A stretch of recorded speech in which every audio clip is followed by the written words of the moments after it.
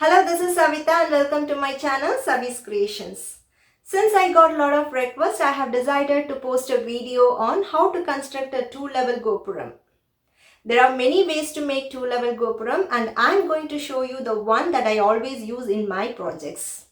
I have already posted a video on single-level gopuram and the link is in the description box. Before going into the video, please subscribe to my channel and click the bell icon for notification. And all the product details are also in the description box. Now let's go into the video. This is the cabinet for which I am going to make the two-level gopuram. I will show you how I have painted this cabinet in my next video. For making a two-level gopuram, I am going to make this box-like structure for the base and attach the actual gopuram made of crown molding over this base structure. Let us see how to make this base structure. The very first step is to measure the dimensions of the top of the cabinet. Measure the width and the depth of the cabinet. This cabinet measures 32 inches wide and 16 inches deep. Now I am going to deduct 4 inches from the actual measurements to allow a 2-inch space for all the sides.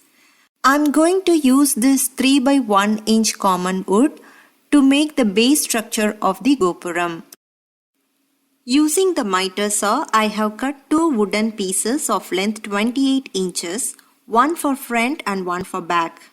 You can use a jigsaw or handsaw to make this cut. Next, I need to cut wooden board for the sides. The sides should measure 12 inches after deducting 4 inches from the actual measurements.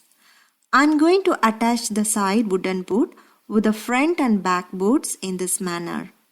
The total depth for the sides should be 12 inches including the thickness of both front and back boards. I have made the cut for the sides and I am going to attach all these 4 pieces together to make a box-like structure.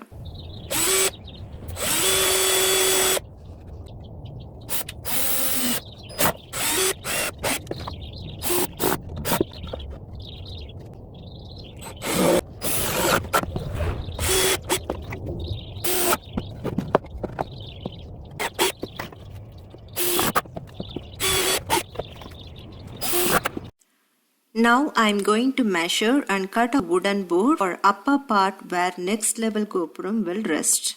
For this I am measuring the inner length of the box. I have cut 2 pieces and I am attaching them on top of the box. I have measured for the top sides for the base structure. For attaching all these pieces, I have first made the screw hole and then drilled in the screws. Tighten all the screws in such a way that it goes little deeper inside the surface of the wood. I will explain why it is necessary later.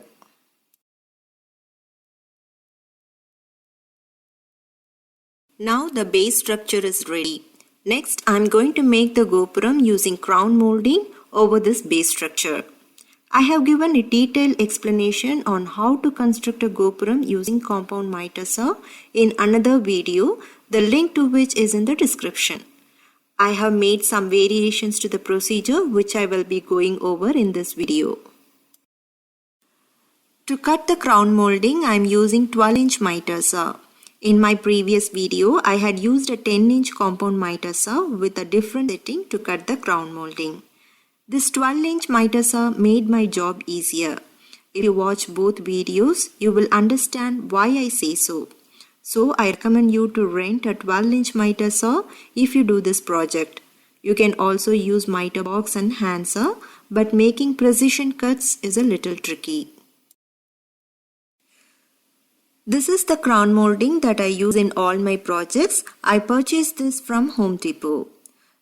To cut the crown molding, turn the miter saw to an angle of 45 degrees and place the crown molding on the saw with the bottom portion resting flat on the base of the miter saw and the top of the crown molding resting on the vertical wall of the miter saw.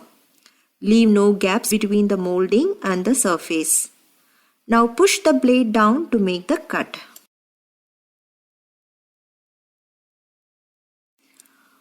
I am going to attach the gopuram along the inner edge of the base structure. So I need to measure the inner edge and add 1 inch on either side to allow space for the screws. Now from the bottom edge, measure the crown molding needed and mark it. Turn the miter saw to the other side and place it at 45 degrees. Like before, place the crown molding resting against the vertical and base and make the cut.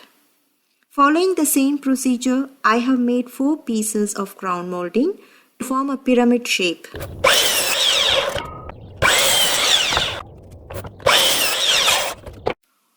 Using wood glue, I have attached all the 4 pieces to make the gopuram. Once the glue has dried, I have used brad nails to secure the crown molding in place.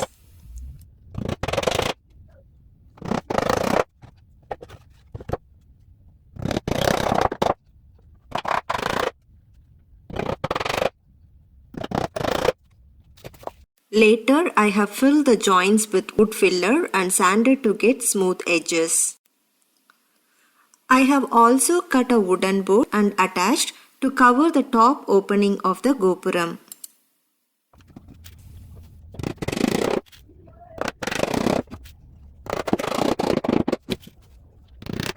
I have also cut some trims and attached them to the base structure using brad nails in order to give a decorative look as well as to hide the screw holes. If the screws are protruding out, the trims will not sit properly against the base and there will be gaps. To avoid this, the screw should be tightened all the way until the screw head goes inside the surface of the wood. It's time to attach the gopuram to the base structure.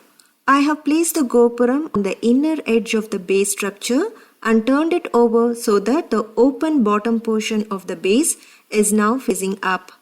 I have drilled pilot holes and then secured the base to the gopuram using screws. Using the proper size for screws is important.